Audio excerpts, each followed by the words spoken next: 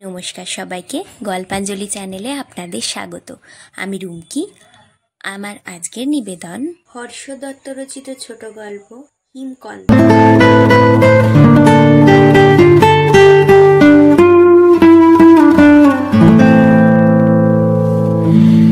ঘাটের এই কন্যাটা গঙ্গা একটু একটু করে খেয়ে ফেলেছে। কোম্পানির আমলের সরু সরু ইট দিয়ে বানানো সোপানগুলো ঝুলে আছে ভারী বিপজ্জনকভাবে। যে কোনো সময় হুড়মুড় করে সলিল সমাধিতে নেমে যাবে। মানিকচাঁদের ঘাট বলতে তখন আর কিছুই অবশিষ্ট থাকবে না। এখানটায় কেউ ঘাট সারাতে আসে না, সকলেরই প্রাণের ভয় আছে। একমাত্র মহেশই ভোরবেলা থেকে এই ভাঙা জায়গাটার দখল করে নেয়। ওর কোনো ভয় ডর নেই। মহেশই যত রাজ্যের কাজ এখানেই সমাধা করে। নিজের ঝুপড়ির ফোকর থেকে সাধু বামানন্দ প্রতিদিন দেখে। মহেশই এঁটো বাসনকোসন নিয়ে এলো, মেজে ঘষে কোমর দুলিয়ে চলে গেল। হয়তো এর কিছুক্ষণ পরেই কাদের সব রং বেরঙের জামা কাপড় ঘাটে এনে ফেলে, ধপাধপ আছাড়ি পাছাড়ি মেরে ধোয়াধুয়ি করে, তারপর চলে যায়। সারাদিন ওখানটাই মহেশই কিছু না কিছু করেই। ওর কাজের কোনো বিরাম নেই। প্রদোষকালে সাধু বামানন্দের ধ্যানের সময়। গুরুর নির্দেশ দিনে অন্তত একবার আসনে বসতে হবে। তা সেটা প্রত্যুষে হলেই ভালো হয়। তখন মন বড় পবিত্র থাকে। সূর্যের আলো তখনও গায়ে লাগে না বলে যত সব কামাদি কুসুম পাপড়ি বুঝিয়ে রাখে। বামনানন্দ গুরুবাক্য স্মরণ করে জপাত সিদ্ধি বলে বসে পড়ে। ঝুপড়ির অন্ধকারে ভোরের গঙ্গার ছলাৎ ছলাৎ শব্দ ভেসে আসে। কোনো কোনো দিন শ্মশান যাত্রীদের স্নানের উল্লাস। রাতভর মরা পুড়িয়ে দামাল ছেলেগুলো গঙ্গার বুকে দাপাতে থাকে। ওহ, সে কি স্নান! খড়বুটে বেঁটে দেহটা পর্যন্ত কেঁপে ওঠে। এদিকে জব ধ্যানে কোনো দিনই তেমন মন বসে না। বসে থাকাই সার হয়। মনের গতি বড়ই বিচিত্র। ইষ্টনাম জপতে বসলেই যত সব আগ্রম বাগ্রম চিন্তা মন জুটিয়ে নিয়ে আসে। বামনানন্দের ভারী আশ্চর্য লাগে। তার উপর রয়েছে মহেশী। ভোরের আলো ফুটলেই ধ্যানী চোখের পাতা আপনি খুলে যায়। ঝুপড়ির ফোকর দিয়ে চোখ চলে আসে ভাঙা ঘাটের দিকে। মহেশী আর চোখ বন্ধ করতে দেয় না। কতক্ষণ এভাবে ঠায় বসে থাকে বামনানন্দ বলতে পারবে না। তারপর এক সময় নিম্নচাপের ধাক্কায় বামনানন্দ উঠে পড়ে। দিনের পর দিন এইভাবেই কেটে যাচ্ছে। জন্মে আর সাধু হওয়া হলো না। আজ সকালে বামনানন্দ একেবারেই আসনে বসতে পারেনি। কাল রাতে মহেশী 8খানা রাধাবল্লভী, এক বাটি ছোলার ডাল, এক গাদা ঘন্টা পাকানো তরকারি আর বোঁদে রসগোল্লা ভাঙাচোরা সন্দেশ মিলিয়ে এই এতগুলো ওর ঘরে দিয়ে গেছিল। আশপাশের কোনো শ্রাদ্ধ ভারীর উচ্ছিষ্ট। এসব দেবভোগ্য খাবার দাবার 9 মাসে 6 মাসে একবার আধবার জোটে। বামনানন্দ চেটেপুটে খেয়েছে। ছোলার ডাল দিয়ে রাধাবল্লভীর স্বাদই আলাদা। তখনই মহেশীকে দীর্ঘজীবনের বর দিয়েছে বামনানন্দ। এই শ্মশান তল্লাটে এই মেয়ে ছেলেটাই ওকে একটু গণ্যমান্য করে। সাধু বলে মানে, সুযোগ পেলেই সাধু সেবা করে। 2 গ্লাস ঠান্ডা জল খেয়ে বামনানন্দ শুয়ে পড়েছিল। কিন্তু মুশকিল বাঁধল ভোর রাত থেকে। পেটটা দুবার মোচড় দিয়ে উঠল। বাপের নাম ভোলানো মোচড়। আর শুয়ে থাকা সম্ভব হয়নি। ঘাটের দুপাশে লোহার জলে আর বড় বড় পাথর ফেলে তৈরি বোল্ডারের ফাঁকে বসে 3-3বার পেট খালি করে যেতে হয়েছে ভয়ঙ্কর দাস্ত। এবারে নিয়ে 4র্থবার। শরীর কাঁপিয়ে শ্রাদ্ধবাড়ির পা হড়হড় করে নেমে এসেছে। প্রতিবারই মনে হচ্ছে শাস্ত্রে একেই বলেছে ভগবত দর্শন। উবু হয়ে বসে থাকতে কি ভালো লাগছে, এক অনির্বচনীয় আনন্দ। এবার অবশ্য বামনানন্দের ভয় ধরে গেল। এমন জলের মতো পায়খানা হওয়া ঠিক নয়। গুহ্যদ্বার দিয়ে প্রাণ বাবাজি লাটা মাছের মতো সরাত করে বেরিয়ে যেতে পারে। বোল্ডারের ওপর বসে থাকতে থাকতে মৃত্যু ভয় বামনানন্দকে বেশ কাবু করে দিল। এখান থেকে ঘাটের ভাঙা দিকটা স্পষ্ট দেখা যাচ্ছে। আজ মহেশী এখনো আসেনি। কুখাদ্যগুলো খেয়ে ও মাগিয়েও হয়তো ঘটি ছুঁড়ে বসে আছে, আর নড়তে চড়তে পারছে না। লোভ বড় বিষম বস্তু। বামনানন্দ ওর বিচিত্র জীবনে অনেকবার দেখেছে। লোভের ফাঁদ বড় সাংঘাতিক। একবার তার মধ্যে পড়লে আর রক্ষা নেই। কাল রাতে অতগুলো না খেলেই হতো। মহেশীর আক্কেলি বা কেমন! একবার ঢেলে দিয়ে গেল। আর কিছু না হোক মিষ্টিগুলো অন্তত 2-3 দিন কৌটায় রেখে রেখে শোয়ে শোয়ে খাওয়া যেত। এখন কি হবে গুরুই জানেন। এটা কদিনের ধাক্কা। বামনানন্দ ঠাহর করতে পারল না। লোকের চোখ এড়িয়ে আরো কতবার আসতে হবে কে জানে।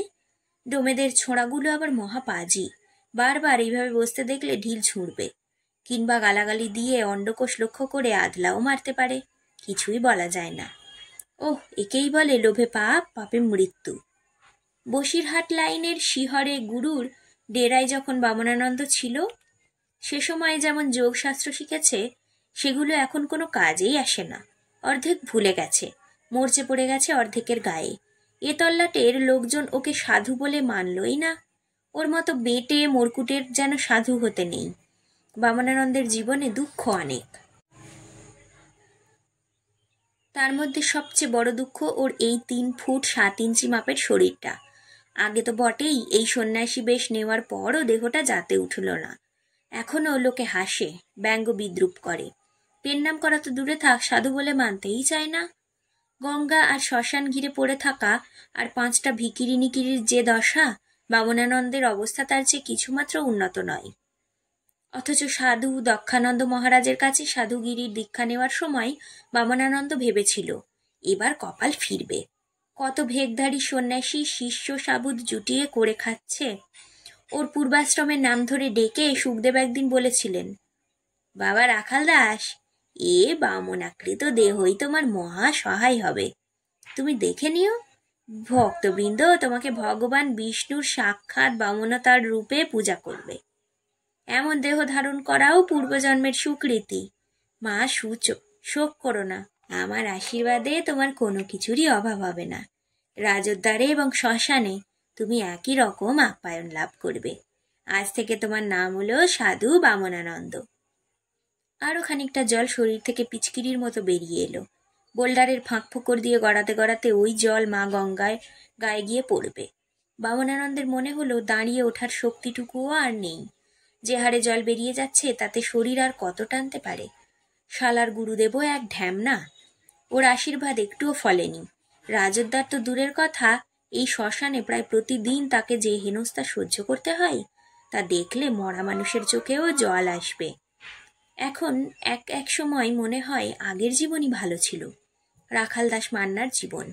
তখন প্রফেসর খাটুয়ার দি গ্র্যান্ড ভিলেজ সার্কাসের জোকারের খেলা দেখাতো রাখাল দাস। গ্রামের লোকেরাই ওকে পরামর্শ দিয়েছিল সার্কাসের দলে নাম লেখা। জোকারগিরি ছাড়া তোর দ্বারা আর কিছু হবে না, তোকে খেয়ে পড়ে বেঁচে থাকতে হবে তো। অনেক ভেবেচিন্তে রাখাল দাস প্রফেসর খাটুয়ার দলে ভিড়ে গিয়েছিল। বাবা মা দাদারা কেউ আপত্তি করেননি। ওর একটা হিলে হতে সবাই যেন হাঁপ ছেড়ে বেঁচেছে। অথচ শরীরের এই বেইমানির পেছনে রাখাল দাসের কোনো হাত নেই। একদিন ও নিজেই আবিষ্কার করেছিল বয়স বাড়ছে কিন্তু শরীর বাড়ছে না। 3 ফুট 7 ইঞ্চিতে থুপ মেরে বসে আছে। ডাক্তার বদ্যি ওঝা কেউ কিছুই করতে পারেনি। দিন দিন বয়স বেড়ে গেছে। কেবল ওর বারবারন্ত হওয়ার ইতিহাস চমকে গেছে আচমকা। প্রফেসর খাটুয়া ওকে মান্নাবাবু বলে ডাকতেন। লোকটা এমনিতে খুব গুণী, কিন্তু ভারী কৃপণ। দলের লোকেদের যা পরিশ্রম করাতো তার তুলনায় খাওয়া পড়া মাইনের পরিমাণ ছিল নগণ্য। প্রায়ই দলের ছেলেমেয়েরা কাজ ছেড়ে দিয়ে অন্য কোনো সার্কাস পার্টিতে নাম লেখাতো। রাখাল দাস দল ছেড়ে দিয়েছিল ঘেন্নায়। দর্শকদের সামনে প্রতিদিন একই ধরনের বদ রসিকতা করতে করতে মনটা বিষিয়ে উঠেছিল। তার ওপর সার্কাসের তাঁবুর জীবন রাখাল দাসকে শান্তি দেয়নি। প্রায় ওর চোখের সামনে অন্য খেলোয়াড়রা আশনাই করত। গভীর রাতে মদ খেয়ে প্রফেসর খাটুয়া বেহুশ হয়ে গেলে যে যার মনের মানুষকে নিয়ে শুয়ে পড়ত তাঁবুর পর্দা ফেলে দিয়ে। একমাত্র ব্যতিক্রম ছিল ওর আর সুবলের তাঁবুটা। 2 জোকারের এই তাঁবুতে মেয়েগুলো ভুলেও আসত না। একদিন সুবল কামের আগুনে জ্বলে পুড়ে উঠে রাখাল দাসকেই টানাটানি করত। এসব কতকাল আগের কথা। বামনানন্দ হয়ে যাওয়ার পরও রাখাল দাস সেসব ভুলতে পারে না। এখনকার কাউকে সেসব ফেলে আসা জীবনের কাহিনী এখনো পর্যন্ত বলেনি। হয়তো এখনো মহেশীকে বলবে। মেয়ে লোকটার শ্রদ্ধা ভক্তি আছে। একদিন সময় করে ওকে সব বলবে, বলে একটু হালকা হবে। মহেশী নাকি বাল বিধবা, তবে বিধবার মতো থান টান কখনো পড়ে না। গঙ্গার পাড়ে যে দিকটায় সার খড়ের গাদা রাখা আছে, সেখানকার একটা ঝুপড়িতে মাকে নিয়ে থাকে। লোকে বলে মহেশী গতর খাটিয়ে ইনকাম করে। কথাটার অনেক মানে। মেয়েদের গতর খাটানোর অনেক পথ। বামনানন্দ অবশ্য খারাপ কিছু ভাবে না। মেয়ে লোকটার বড্ড দয়া শরীরে, তবে ভীষণ মুখরা, কাউকে রেয়াত করে না। কেউ কিছু বললে বাপ বাপান্ত করে মুখ খারাপ করে। শ্মশানের রেজিস্ট্রার দু একদিন ওকে ধমক ধমক দিয়ে বলেওছেন, এমন অশ্রাব্য গালিগালাজ করলে এই অঞ্চল থেকে বের করে দেব, ভদ্রভাবে থাকতে হবে। মহেশী এইসব বকাঝকা কান করে শোনে বলে মনে হয় না। ওরও দোষ আছে। গঙ্গায় নেমে প্রায় উদম হয়ে চান করবে। মহেশীর বয়স কত কে জানে? বাল বিধবার বয়স বোঝা ভার। ওকে এই অবস্থায় দেখে চ্যাংড়া ছোঁড়ারা পেছনে লাগতে ছাড়ে না। আর তখনই যত বিপত্তি। বামনানন্দ ভেবে রেখেছে একদিন ওকে সন্ধ্যাবেলায় নিভৃতে ডেকে নিয়ে এসে বলবে, দেখ মহেশী, গীতায় ভগবান শ্রীকৃষ্ণ বলেছেন, যে যথা মাং প্রপদন্তে তাং স্থবৈব ভাজ্য মাঝম। অর্থাৎ গঙ্গায় নাইতে নেমে যে নারী দেহ প্রদর্শন করে আমি তার উপর রুষ্ট হই, তাহার সাধুসেবা ব্যর্থ হইয়া যায়। অতএব তুই এমনটা করিসনি। অবশ্য মহেশী যদি একটু ধৈর্য ধরে শোনে, বামনানন্দ সবসময় ওর ভালো চাই। মহেশী হয়তো ওরই মতো দুঃখী। কোনো রকমে ঢাল বেয়ে জলের ধারে গিয়ে বামনানন্দ শৌচক্রিয়াদি সারল। পরপারের প্রথম খেয়ার মাঝিরা সবে ঘুম থেকে উঠে মুখ হাত ধুচ্ছে। মাথায় গঙ্গার জল ছিটিয়ে বুবের আকাশে তাকিয়ে সূর্য প্রণাম সেরে মুখ ফেরাতেই বামনানন্দ দেখল একেবারে ওপরের সিঁড়িতে দাঁড়িয়ে মহেশী হাসছে। গোমরে গামছা জড়ানো, হাতে দাঁতন কাঠি। বামনানন্দ রাগ করে চোখ নামালো। মহেশী বলল, কি গো সাধু ঠাকুর, আজ যে একেবারে ভোরবেলায় জল সরতেইছ, জব ধ্যান করলে না? এ কি গো, তোমার চোখ মুখ এমন শুকিনো লাগছে কেন? অসুখ করলো নাকি? পেটের কাছটায় খামচে ধরে বামনানন্দ বিকৃত গলায় বলল, কাল রাত্রে ওসব বিষ কেন দিয়ে গেলি? ভোর রাত থেকে পেট ছেড়ে দিয়েছে, এই নিয়ে 4 বার হলো। উমা, তাই নাকি? আহারে, তা আমি নয় দিয়েছি, কিন্তু তুমি কোন আকেলে অতগুলো রাক্ষসের মতো গিললে? ওইটুকু পেট, খাবার দেখলে আর নোলা ঠিক রাখতে পারে না। মরণ আর কি। তা যা হয়েছে বেশ হয়েছে। মাঝে মধ্যে ধাস্ত হওয়া ভালো, জমানো মল বেরিয়ে যাবে। মহেশী হেসে বলল, ছাড় দেখি রাস্তা, আমাকে উঠে যেতে দে। গুড়গুড়ে দেহটা এপাশ ওপাশ দুলিয়ে বামনানন্দ বলল, যাও না, এই তো এতটা জায়গা রয়েছে, আমি কি তোমাকে জড়িয়ে ধরে আছি? মহেশী খড়খড় করে হেসে উঠল। তবে যাওয়ার রাস্তাটা কিন্তু ছাড়ল না। ভেতরের দাঁত দিয়ে নিমডালটাকে ভালো করে পিষে নিয়ে বলল, শুনেছ, গভর্নমেন্ট নাকি এক নতুন নিয়ম করেছে। আমি কালই কুলিঘাটায় শুনছিলুম, তোমাকে বলতে ভুলে গেছি। কি? বামনানন্দ পেটের দপদপানি মুহূর্তের জন্য বন্ধ হয়ে গেল। গভর্নমেন্টের নিয়ম মানেই তো গরিব গুরবাদের উপর খাঁড়ার ঘা। কলকাতায় নাকি নিয়ম হয়েছে, এবার থেকে মরার খাট বিছানা সব পুড়িয়ে ফেলতে হবে। লেপ তোষক বালিশ কিচ্ছু বাইরে বের করতে দেবে না। এবারে এখানকার শ্মশানেও এই নিয়ম চালু হবে। মহেশী চোখ বড় বড় করে বলল, তাতে তোর কি? দিক না সব পুড়িয়ে। বারে, তুমি তো বেশ কথা বললে। গঙ্গার পাড়ের এই ঝুপড়িগুলোই কি মকমলের বিছানা পাতা আছে? এই সব তো শ্মশান থেকে চেয়ে চিনতে কিংবা 2-5 টাকায় কেনা। এবার কি হবে বলো তো? আমাদের সুখের সজ্জা গভর্নমেন্ট কেড়ে নিচ্ছে গা। তোমাকে এই শীতে একটা লেপ পাইয়ে দেবো ভেবেছিলুম। একদম বুদ্ধিনাথকে আমি বলেও রেখেছিলুম। তা কম্বলটার তোমার যা দশা, মা গো, একেবারে শতাচ্ছন্ন। আগডোম মানে অগ্রডোম, মানে ডোমেদের সর্দার। বামনানন্দই মহিষীকে কথাটা শিখিয়েছিল। শিহরের আশ্রমে থাকতে দক্ষানন্দ একটু আধটু সংস্কৃত চর্চা করেছিলেন। শ্লোক ফ্লোক যা মুখস্থ আছে তার জোরে এখনো বামনানন্দ মহেশীর ভক্তি আদায় করতে পারছে। খবরটা খুবই দুঃখের। গভর্নমেন্টের আর খেয়ে দিয়ে কাজ নেই, এবার মরার পেছনে কাঠি করতে লেগেছে। বামনানন্দ শুনেছে দেশের বহু বড়লোক মানুষ নাকি মরার আগে ডাক্তার বিদ্যার পড়ুয়াদের জন্য দেহদান করে যান, অন্ধদের জন্য চোখ লিখে দেন। তখন সেই বড় মানুষকে আর পোড়ানো যায় না। আচ্ছা, এখন যদি কেউ তাঁর বিছানাপত্তর গরিবদের জন্য দলিল করে যান, তখন কি হবে? গভর্নমেন্ট আর পোড়াতে পারবে? বামনানন্দ ধন্দে পড়ে গেল। কয়েক ধাপ উঠে এসে মহিষীকে জিজ্ঞাসা করল, কেন পুড়িয়ে দেবে? সে এক মজার যুক্তি গো সাধু ঠাকুর। এইসব খাট বিছানা নাকি রোগ ভোগ ছড়ায়। শোনো কথা, মরার আবার রোগ? কেউ মরে যাওয়া মানেই তো রোগ রুগী দুই শেষ, তাই না? গভর্নমেন্টের মাথায় গরুর নাদা পোড়া আছে। বেটার ছেলে গভর্নমেন্টের সঙ্গে একটিবার দেখা হলে আমি এসব শুধোতাম। অগ্রদম খবরটা জানে? জানে না আবার? ওরা তো খুব গজগজ করছিল, ওদের যে 2 পয়সা কামানোর পথ বন্ধ হয়ে গেল গা। বুঝলি মহেশী, মা যা করেন তা সবই আমাদের মঙ্গলের জন্য। তবে ধৈর্য ধরে থাক, দেখবি একদিন এইসব নিয়ম কানুন লাটে উঠে গেছে। শ্রী শ্রী চণ্ডীতে মা দুর্গা নিজের মুখেই বলে গেছেন, খটাঙ্গ প্রথিতাংচরিন কুর্বতী ব্যাচরথ ব্যাচরথ তদা। মানে বুঝলি? সাধু ঠাকুরের মুখে সংস্কৃত আর শুদ্ধ ভাষা শুনলে মহেশী ভারী খুশি হয়। গদগদ ভক্তিতে ওর মাথা নুয়ে আসে। লোকটাকে তখন আর বেটে বামন বলে বোধ হয় না, জ্ঞানীগুণী যথার্থ সাধু বলে মনে হয়। ওরা যারা তুচ্ছ তাচ্ছিল্য করে তাদের ধরে ধরে তখন চড় মারতে ইচ্ছে করে মহেশীর।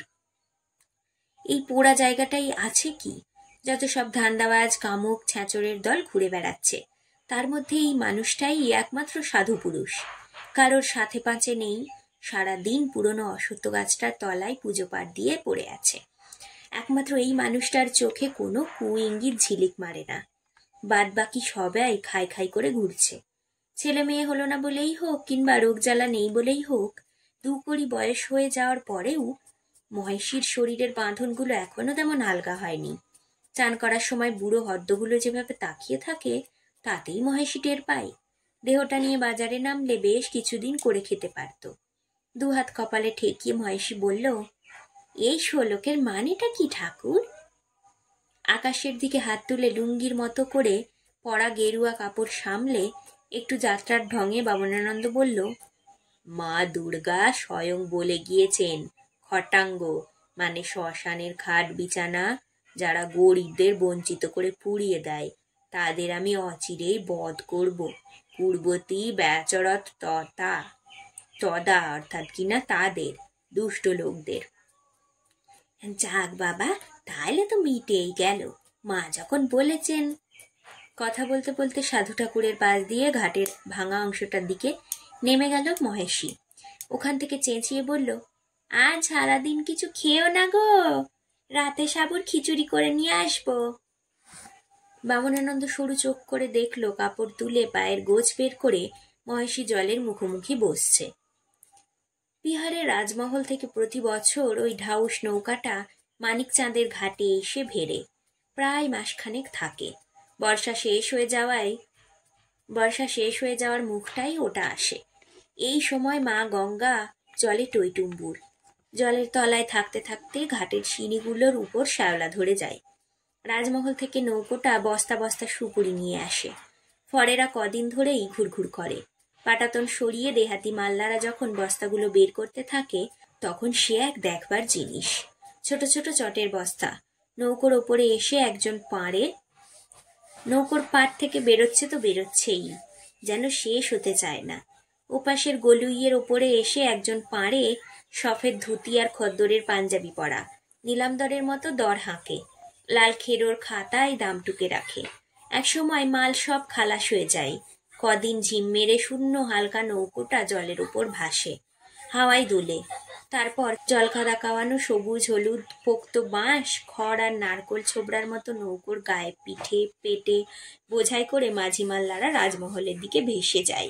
অশ্বত্থ গাছটার তলায় এসে বামনানন্দ সারা দিন বড় নৌকাটার কাণ্ড কারখানা দেখে। কোথা দিয়ে সময় কেটে যায়। ক্ষুদ্র ভগ্ন উপেক্ষিত মানিকচাঁদের ঘাটে নৌকাটাকে মোটেই মানায় না। আশপাশের খেয়া নৌকাগুলোকে ওটার পাশে ভিকিরির মতো লাগে। রাজনৌকোটা অন্য কোনো ঘাটে গিয়ে নোঙর ফেলে না কেন?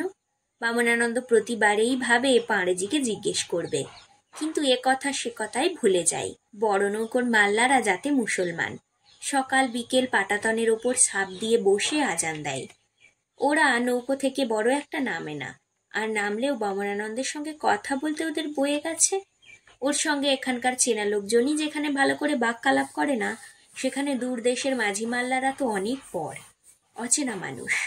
বামনানন্দ কদিন ধরেই লক্ষ্য করে দেখেছে, এবারের যাত্রায় সে সৌম্যকান্তি, কপালে হরিদ্রা আর চন্দনের তিলক কাটা পানখেকো পাঁড়েজি আসেনি।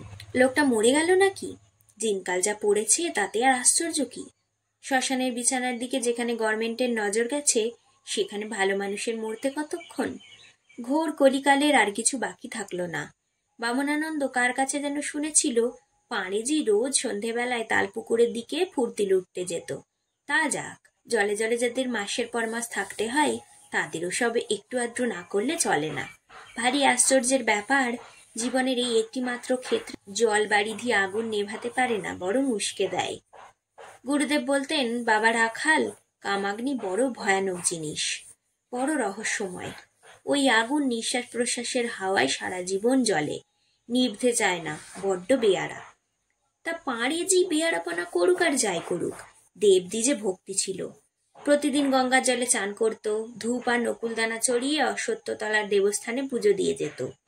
যেদিন মন মেজাজ খুব ভালো থাকতো সেদিন বামনানন্দের এনামেলের থালাটায় ঠকাস করে ফেলে দিত একটা কাঁচা টাকা। রাজনৌকো মাসখানেক থাকলে পাঁড়েজির কাছ থেকে সব মিলিয়ে 15-16 টাকা সে পেতই। এবারে সব ভোঁ ভাঁ, নৌকো এসেছে, সুপুরিও এসেছে, কেবল পাঁড়েজি বাদ। কি দুর্দৈব! পাঁড়েজির বদলে এবারে একজন উড়ুম্বুর গোছের মাঝবয়সী লোক এসেছে। বেশ লম্বা চওড়া, মাথার চুলে অল্প স্বল্প পাক ধরেছে, কিন্তু ঠোঁটের ওপর মিশমিশে কালো গোঁফ, গালের দুপাশে গোঁফ জোড়া ছড়িয়ে আছে। লোকটা এখানে নোঙর করার পর কদিন ঘাটের আশেপাশে একা একা ঘোরাঘুরি করলো। শ্মশানের দিকটায় গিয়ে 2 দিন মরা পোড়ানো দেখলো ঠায় দাঁড়িয়ে। একদিন গলুইয়ের কিনারে পা ঝুলিয়ে বসে অপলকে তাকিয়েছিল মহর্ষির দিকে। মহেশী তখন সেই কাপড় চোপড় আলগা করে চান করছিল। গত পরশু বামনানন্দ অশ্বত্থতলায় ঘুমিয়ে পড়েছিল পেট ভর্তি ছাতু আর গুড় খেয়ে। 3-4 ফোঁটা বৃষ্টির জল গায়ে পড়তেই ঘুম ভেঙে গেছিল বামনানন্দের। ধর্মর করে উঠে বসে দেখেছিল দেবস্থানের চাতালে বসে রাজমহলের লোকটার আপন মনে সিগারেট ফুঁকছে। বৃষ্টিতে ভূক্ষেপ নেই। এবারে নৌকোটা কবে এসে মানিকচাঁদের ঘাটে কাছি বাঁধল বামনানন্দ দিনক্ষণ মনে করতে পারল না। খুব সম্ভবত যেদিন ওর পেটে ছেড়ে দিয়েছিল সেই দিন। কেননা রাতের দিকে সাধুর খিচুড়ি দিতে এসে মহেশী বলেছিল, সাধু ঠাকুর, আসার পথে দেখলুম মাঝ গঙ্গায় লাল আলোর হ্যারিকেন জ্বলছে। অন্ধকারে বুঝলুম না, মনে হচ্ছে সেই গহনাটা এচে।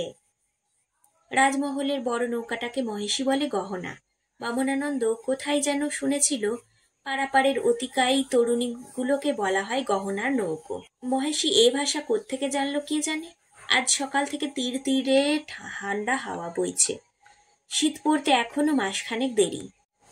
ঘণ্টাখানেক আগে রাধামাধবের দোকানে গরম চা খেতে গেছিল বামনানন্দ। আদার গন্ধে মাখানো ছোট্ট এক ভাঁড় চা খেয়ে তৃষ্ণা তো মেটেইনি, বরং শীত শীত ভাবটা গায়ে ছ্যাঁক ছ্যাঁক লাগছে। আর একবার চা খেতে পেলে ভালো হতো। রাধামাধব লোকটা বিনে পয়সায় একদম কিচ্ছু দিতে চায় না। সাধু সন্তকে এক ভাঁড় চা খাওয়াবে, কতই বা এর দাম। তবু লোকটার স্বভাব, ফেলো করি মাখো তেল। কোনো মানে হয়? লোকের দেওয়া ভিক্ষের পয়সা বামনানন্দের হাত থেকে তুলে নিতে রাধামাধবের লজ্জাও করে না। অবশ্য শুধু ওকেই বা দোষ দিয়ে কি হবে? বিনে পয়সায় আজকাল কেউ কিছু দিতে চায় না। সে তুমি সাধুই হও আর অসাধু। গেরুয়া ধারণ করে একদমই সুবিধে হলো না। ফতুয়ার পকেটে হাত চালান দিয়ে বামনানন্দ দেখলো একটা সিকি পড়ে আছে, অথচ প্রতি ভাঁড় চায়ের দাম 40 পয়সা। রাধামাধব দেবে কি? দেখাই যাক, বাকিতেই খাবে। ও তো আর এ তল্লাটে থেকে পালিয়ে যাচ্ছে না। বামনানন্দ ওং শিবায় নমঃ শিবায় নমঃ বলতে বলতে উঠে পড়ল। খড়গাদাগুলো ছাড়িয়ে একটু বাঁ দিকে গেলেই চায়ের দোকান।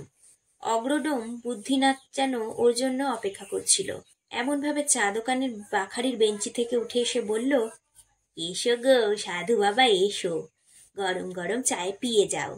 ওই রাধামাধব, সাধুকে বড়িয়া চায় দেও। বামনানন্দ দেখল বেঞ্চিতে সেই রাজমহলের লোকটা বসে আছে। এতক্ষণ হয়তো বুদ্ধিনাথের সঙ্গে কথা বলছিল। ছোট ছোট পা ফেলে কাছে এসে বামনানন্দ একটু অবাক হয়ে বলল, কে খাওয়াবে? তুমি? আমার কিন্তু পয়সা নেই। আরে বাবা, পয়সার কি দরকার আছে? লাখন বাবু তোমাকে সেবা দেবে। আরে এখানে বসো। হ্যাঁ হ্যাঁ, লাখন বাবুর পাশে। আমি পারবো না, আমাকে ছেড়ে দাও। এ মহা পাপ, বেঞ্চি থেকে লাফিয়ে নেমে বামনানন্দ কাঁদো কাঁদো স্বরে বলল, বুদ্ধি না তোকে খামচে ধরতে যাচ্ছিল। বামনানন্দ বিপদ বুঝে হড়কে সরে যেতেই অগ্রডুম চেঁচিয়ে বলল, দাঁড়া আমি তোকে দেখাচ্ছি, তুই কি করে এই ঘাটে থাকিস আমিও দেখে লবো। শালা বাঁটকুল, তোর সাধুগিরি ছোটাচ্ছি। बेटा मोहेशी का नाम। चलिए लखन साहब, दीवाने के लिए दूसरा बस्ता मिल जाएगा। খড়ের গাদার আড়ালে প্রায় 7 হাত দূরে দাঁড়িয়ে বামনানন্দ দেখল রাজমহলের অতিথিবাবুটিকে নিয়ে ডোমের পা মহেশীর ঝোপড়ার দিকে এগিয়ে যাচ্ছে। ও নিশ্চিত পরদেশী লক্ষণকে ওর বুদ্ধিনাথই নাচিয়েছে। মহেশীর ওপর এখনকার প্রতিটা পুরুষের চাপা রাগ আর লালসা। মহেশী কারুর ধার ধারে না, কাউকে পাত্তা দেয় না। আবার ওর কাছে গিয়ে সুপ্রস্তাব না কুপ্রস্তাব দেবে তেমন সাহসও কারো নেই। বুদ্ধিনাথ এবার একটা মৌকা পেয়েছে, আর ছাড়বে না। মহেশীকে নষ্ট করে দিয়ে কাম ক্রোধের শোধ তুলবে। সারাদিন ভেবে ভেবে বামনানন্দ কোনো কুল কিনারা পেল না। প্রতিদিনের মতো অশ্বত্থতলায় গেল, নুড়ি পাথরের দেবদেবীর পুজো করল ফুল বেলপাতা দিয়ে। দুপুরে রাম অবতারের দোকান থেকে গরম গরম 4টে ঠেকুয়া আর চাটনি কিনে এনে খেলো ঝাল লঙ্কা দিয়ে। স্নানার্থীদের দেওয়া পেলার পয়সা গুনে তুলে রাখলো, সব করলো। কিন্তু মন পড়ে রইল মহেশীর ঝুপড়িতে। বিপদ তো শুধু মহেশীর একার নয়, বামনানন্দের নিজেরও। বুদ্ধিনাথ শাসিয়ে রেখেছে, কি করবে বলা মুশকিল। আজ বিকেল থেকে হয়তো ওর পিছনে লাগতে শুরু করবে। মহেশীকে জড়িয়ে মারিয়ে ওর নামে রটিয়ে দেবে নোংরা কুৎসা। আবার যে কোনো ছলছুতোয় ধরে ঠ্যাঙাতেও পারে। ঘাট শ্মশানে ওদেরই তো রাজত্ব। বামনানন্দের মনে হলো গভর্নমেন্ট ঠিক করেছে। মরা মানুষের লেপ তোষক বেচে ওই বেটারা সারা বছর ধরে কম কামায়। শুধু তুলোই বেচে 500-600 টাকা। এসব অবশ্য বামনানন্দের অনুমান। তবে বুদ্ধিনাথের ছেলেরা যেরকম কাপ্তেনি করে ঘুরে বেড়ায়, তাতে যে কেউ বলবে ওদের হাতে অনেক কাঁচা পয়সা। ওরা যদি সত্যি এখানে থাকতে না দেয়, তাহলে এখানকার পাট উঠিয়ে বামনানন্দ আবার শিহরের দিকে গুরুর আশ্রমে চলে যাবে। অবশ্য সে আশ্রম যদি এখনো থাকে। গুরু দক্ষানন্দ এতদিনে নিশ্চিত দেহ রেখেছেন। বামনানন্দ যখন শিষ্যস্ত নিয়েছিল তখনই তার অনেক বয়স। শিহরে যদি স্থান না হয় কুচ পরোয়া নেই, এধার ওধার ভেসে বেড়াবে। তখন ভোজনং যত্রতত্র শয়নং হট্ট মন্দিরে, সাধু সন্ন্যাসীর যা রীতি। মহেশীকে সকলের দিকে প্রতিদিন যেমন দেখে তেমনই দেখছিল বামনানন্দ, ওই ভাঙা জায়গাটাই। কিন্তু তখনও এইসব দৈব দুর্বিপাক ঘটেনি। আবার আজ সারাদিন একবারও মেয়ে লোকটা ঘট সারতে এলো না।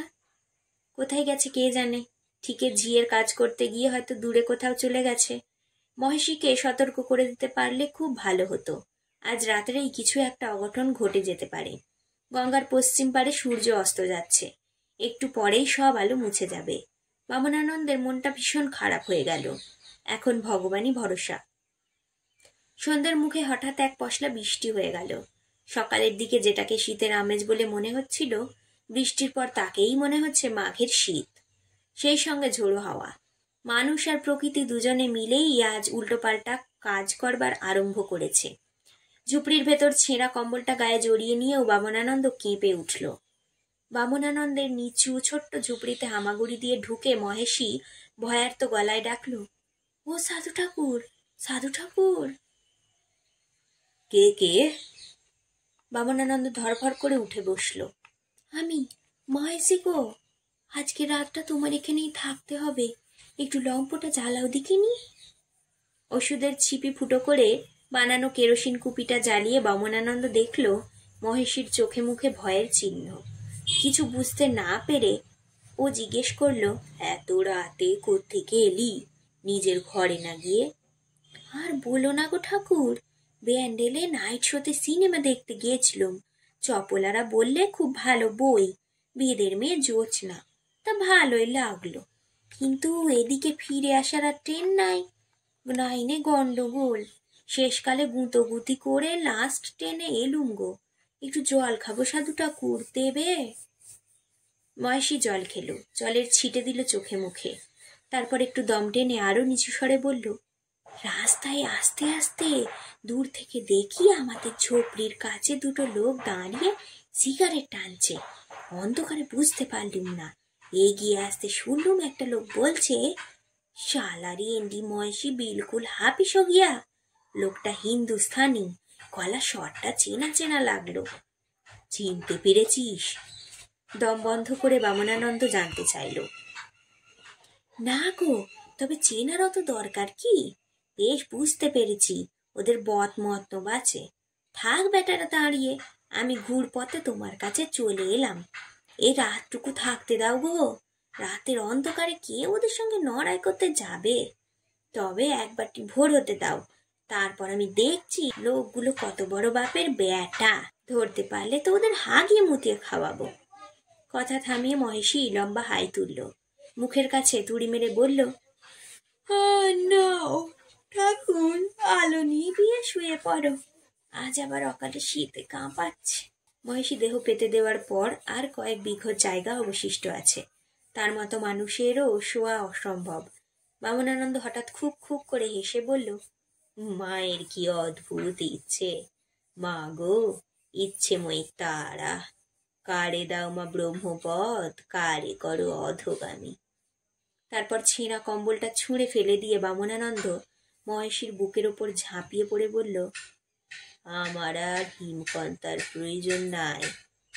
ফ্যালফ্যাল করে তাকিয়ে মহেশী জিজ্ঞাসা করল, হিমকন্তা কি গো? ওরে, আমরা যাকে লেপ বলি, দেব ভাষায় তাকে বলে হিমকন্তা। মহেশী, তোর মাথার দিব্যি, অগ্ররুমের কাছ থেকে তুই কখনো লেপ চাইবি না। আমরা জীবন্তে মানুষ মরার লেপ কেন গায়ে দেব বল? বুকের কবশনতায় বামনানন্দকে দু হাতে ঠেসে ধরে মহেশী বলল, ঠিক বলেছ, আমাদের আর ওসব লেপের দরকার নেই। বামনানন্দ দেখল কুপির আলোটা দপদপ করছে, যে কোনো সময় নিভে যাবে। আজকের গল্প পাঠ এখানেই শেষ। গল্প পাঠ ভালো লাগলে অবশ্যই একটা লাইক দিয়ে যাবেন, আর নিজের চেনা পরিচিত মানুষদের সাথে শেয়ার করে দেবেন। আর আজ যারা নতুন আমার চ্যানেলে, অবশ্যই সাবস্ক্রাইব করবেন। আপনার একটি সাবস্ক্রিপশান আমাকে আরও অনেক নতুন গল্প পড়তে অনুপ্রেরণা যোগাবে। ধন্যবাদ, ভালো থাকবেন সবাই।